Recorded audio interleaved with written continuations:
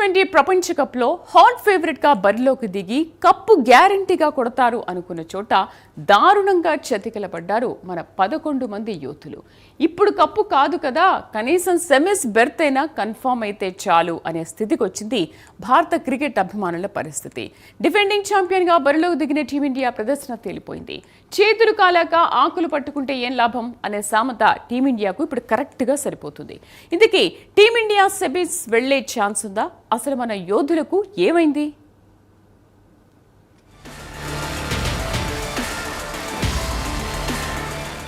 ఎన్నో కలలు, ఎన్నో ఆశలు, ఈసారి కప్ మనదే అన్నట్లు బరిలోకి దిగిన టీమిండియా ఒక్క మ్యాచ్తో తన బలహీనతలను బట్టబయల్చేసింది. గ్రూప్ స్టేజ్లో ఆడిన అన్ని మ్యాచుల్లో ఒకరు కాకపోతే ఇంకొకరు తన సత్తా చాటుతూ వచ్చారు.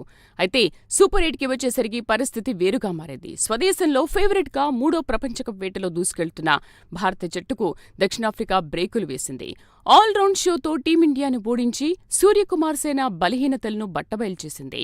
తుది జట్టులో మార్పులు, టాప్ ఆర్డర్ వైఫల్యం ప్రధాన కారణాలు కాగా, ఓ ఎండ్లో క్రీజ్లో పాతుకుపోయేవారే కరువవ్వడం విజయావకాశాల్ని ఘోరంగా దెబ్బతీసింది.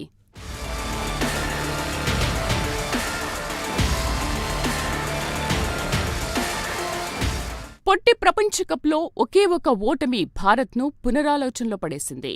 జట్టు కూర్పు, ఆటగాళ్ల ఫామ్ను బేరీజు వేసుకోవాల్సిన సమయం ఆసన్నమైందని చెప్పకనే చెప్పేసింది.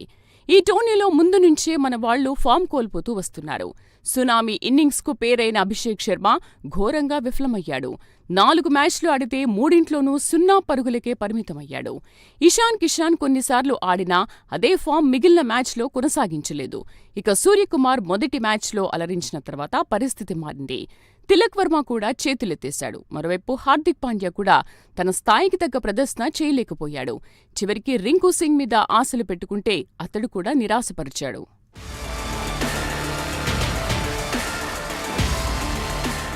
T20 ప్రపంచకప్లో ఇప్పటివరకు 4 సెంచరీలు నమోదైతే అందులో మన టీం నుంచి కనీసం ఒక్కరు కూడా లేరు. అక్కడే టీమిండియా పరిస్థితి అర్థమవుతుంది. సూపర్ 8లో భాగంగా దక్షిణాఫ్రికాతో జరిగిన మ్యాచ్లో అభిషేక్ 15 పరుగులు చేశాడు. అదే అతడికి ఈ టోర్నీలో అత్యధిక వ్యక్తిగత పరుగులంటే మన యోధులు ఎలా ఆడారో మనమే ఊహించుకోవచ్చు. ఈ టోర్నీలో మన వాళ్లు ఆడిన మ్యాచ్లో అత్యధిక స్కోర్ అంటే 84 పరుగులే.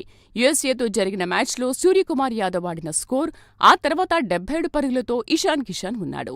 ఇప్పటివరకు ఆడిన అన్ని మ్యాచుల్లో కన్ను లొట్టపోయి చావు నుంచి తప్పించుకున్నామన్న చందంగా ఆడారు. కానీ సూపర్ 8లో దక్షిణాఫ్రికాతో ఆడిన మ్యాచ్ మన వాళ్లు అసలు పవరేంటో బయటపెట్టింది.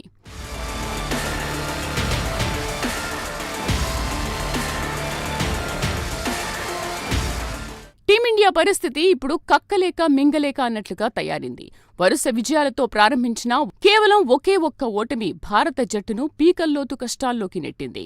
అహ్మదాబాద్ వేదికగా జరిగిన మ్యాచ్లో దక్షిణాఫ్రికా చేతిలో దారుణంగా టీమిండియా ఓడిపోయింది. సూపర్ 8లో సౌత్ ఆఫ్రికా చేతిలో ఏకంగా 76 పరుగుల తేడాతో భారత్ ఓడింది. దీంతో అన్ని సమీకరణాలు మారిపోయాయి. టీమిండియా సెమీస్ అవకాశాలు సంక్లిష్టంగా మారాయి. ఈ ఒక్క ఓటమి కారణంగా టీమిండియా సెమీఫైనల్ ఆశలు గల్లంతయ్యాయి. పాకిస్తాన్ అయినా సెమీఫైనల్కు వెళ్లే ఛాన్స్ ఉంటుంది, కానీ ఇండియా వెళ్లాలంటే చాలా కష్టపడాలి. T20 వరల్డ్ కప్ విజయంపై ఆశలు సజీవంగా ఉండాలంటే టీమిండియా ఇకపై ఆడే ప్రతి మ్యాచ్ గెలవాలి. అంటే ప్రతి మ్యాచ్ ఓ అగ్ని పరీక్షే.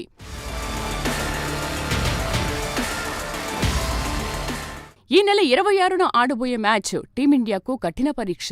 సూపర్ 8లో భాగంగా టీమిండియా తన తర్వాతే 2 మ్యాచ్ల జింబాబ్వే, వెస్టిండీస్తో ఆడాలి.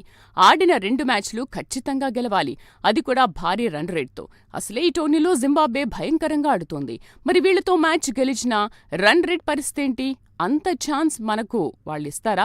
అదేవిధంగా వెస్టిండీస్తో జరిగే చివరి మ్యాచ్ కూడా గెలవాలి. అలా గెలిస్తేనే సెమీస్కు వెళ్లేందుకు అవకాశం ఉంటుంది. ప్రస్తుతం ఫామ్లో లేని మన వాళ్లకు మరిది సాధ్యమేనా? సౌత్ ఆఫ్రికా ఓటమి తర్వాత జట్టులో భారీ మార్పులు చేసే అవకాశాలు కనిపిస్తున్నాయి. ఫామ్లో లేని కీలక ఆటగాళ్లను పక్కన పెట్టాలని టీం మేనేజ్మెంట్ భావిస్తోంది.